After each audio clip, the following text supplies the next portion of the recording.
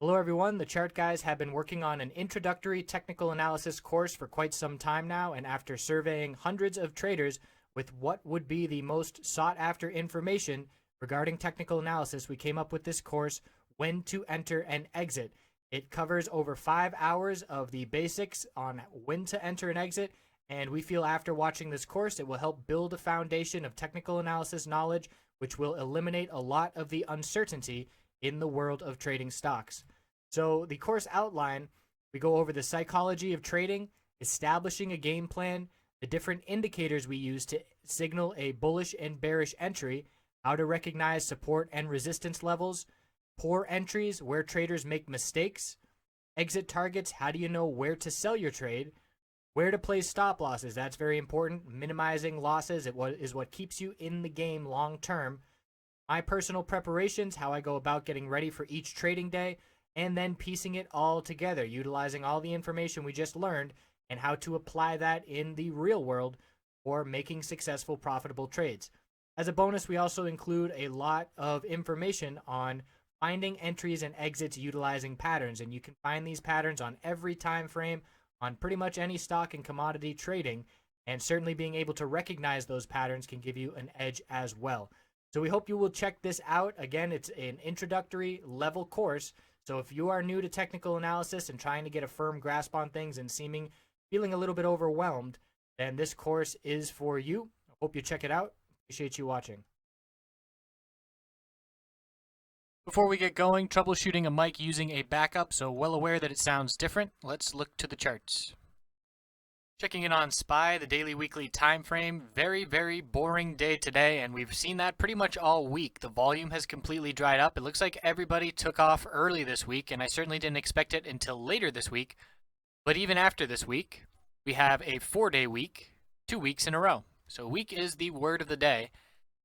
And we close at the low of the day here, so it was a bull break yesterday, but no follow through today. A lower high formed, and then we broke the low of the day towards the end of the day, so that does favor weakness heading into tomorrow.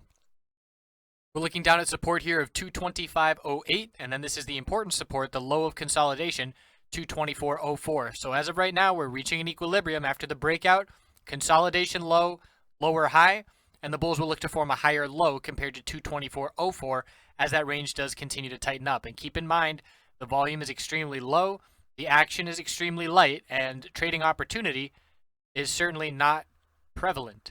So the weekly time frame, upper Bollinger Band 225.61. Bulls want to hold that level by the end of the week Friday to remain in breakout mode. If we do see a sell-off the next 2 days, a red week and a break of 224.04 will confirm the bearish reversal doji from last week. So 2 trading days left to go, still anticipating low volume. But if this downward momentum that happened at the end of the day today, it really happened all day, but it got magnified at the end. If that carries over to the end of the week, we could lose this weekly upper Bollinger Band support. So checking into the 5-minute time frame for SPY, we can see an initial bullish candlestick, and then right out of the gate, we lost all 5-minute moving average supports, and we back tested and rejected from them time and time again.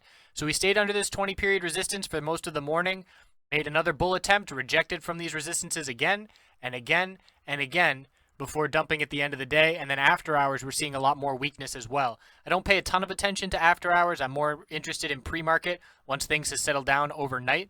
So I'll be a lot more interested tomorrow to see if this bearish action continues into the morning. But without a doubt, that momentum definitely belonged to the bears with the low of the days coming at the close. So look at this key resistance, 225, to make that 226.25, the bounce attempt high, 226.24, 24, 25, 25, 24, 22, and then weakness. So 226.25 is now a very clear resistance level to keep an eye on, and definitely want to draw a line and stick it there so I don't have to remember. That will remain on the chart, and I'll be able to watch that resistance whenever we do approach it, 226.25. So where do we stand on the hourly from here? We're looking at the 200 period and the last hourly support.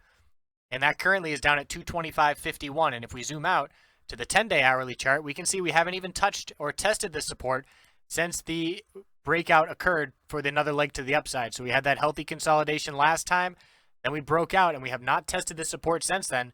So this is the first support test of that 200 period.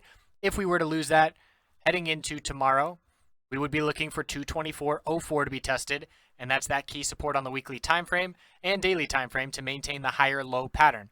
So bears in control, increasing bear volume at the end of the day, after hours action continuing bearish. So we certainly know which direction we will likely be looking tomorrow, but it depends on the pre-market setup. I appreciate you watching. We'll check back in tomorrow. And keep in mind, don't force these trades here at the end of the year.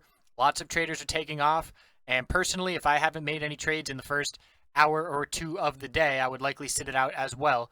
That's when the most opportunity arises. Thanks for watching. See you tomorrow.